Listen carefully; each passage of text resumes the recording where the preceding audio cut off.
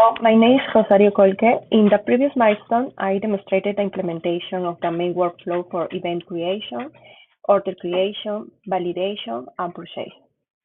In this video, I will present the progress for milestone 3, which focuses on the packing, international shipping, and reception stage, as well as the backend integration with the digital ocean database.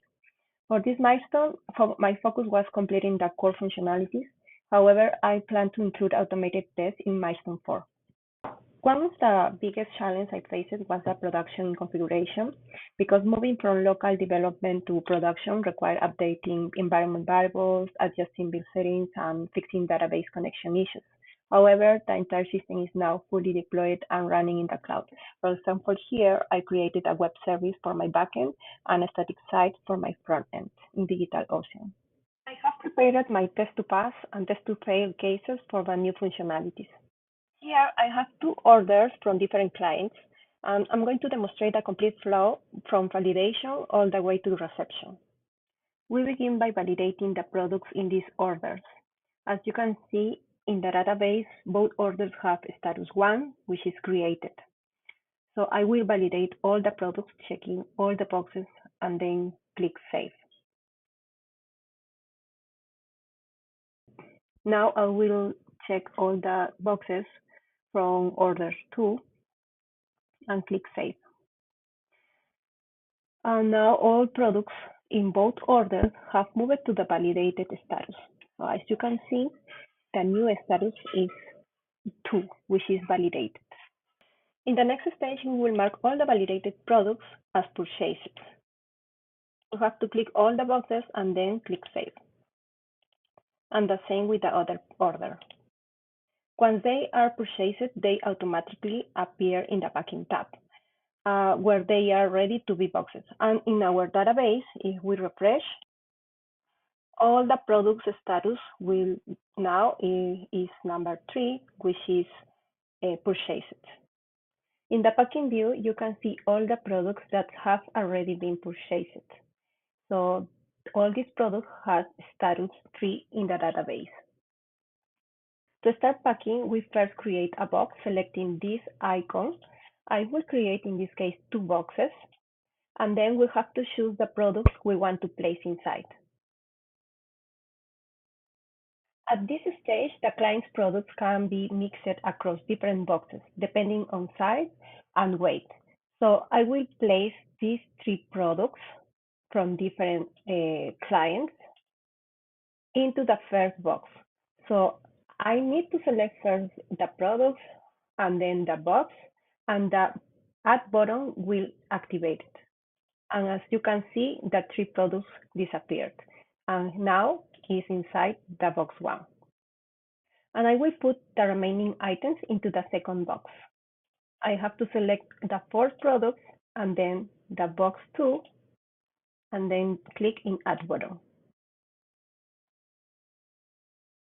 So if we need to move a product from box 1 to box 2, we simply select it and remove it from box 1. For example, I will select product 3.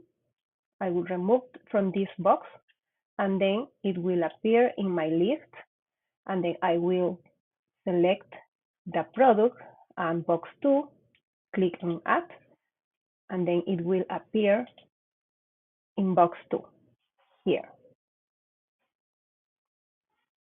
So the total boxes button displays a complete summary of all created boxes and their contents.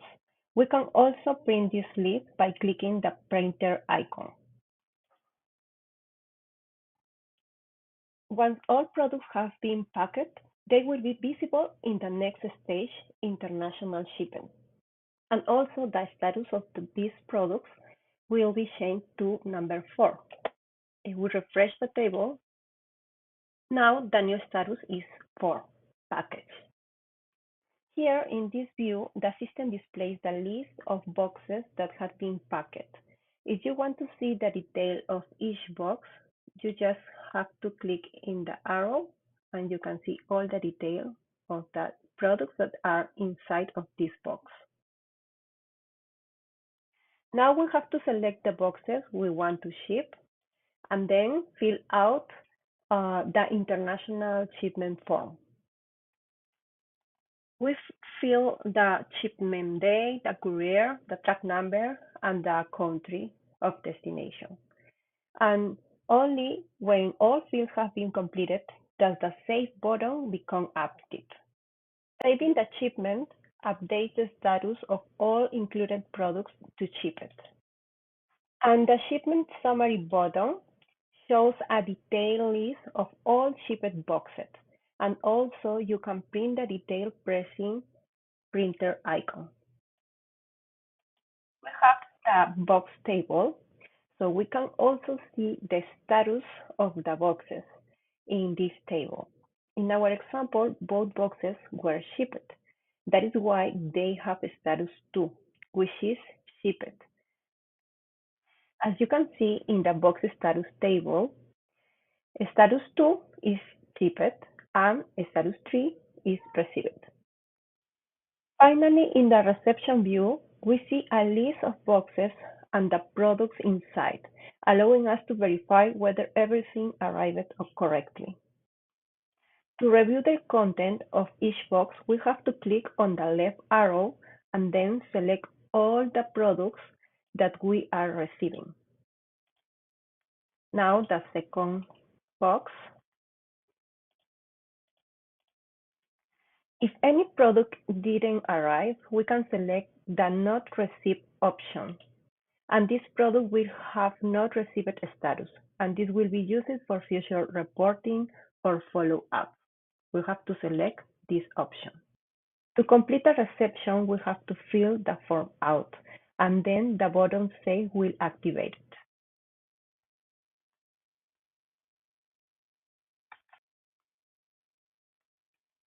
When we save the information, then our products will change to status received, and also the boxes will change to status received. We will refresh the box table, and as you can see, our boxes now have the status 3 received. And as you can see in our product status table, not received status is the number A, and received status is the number 6. And here in our product history table, we can see our product with the status 6 that is received, and we have one product that we marked as a not received. So that's why it has the status A, not received. And that completes the workflow for this milestone 3.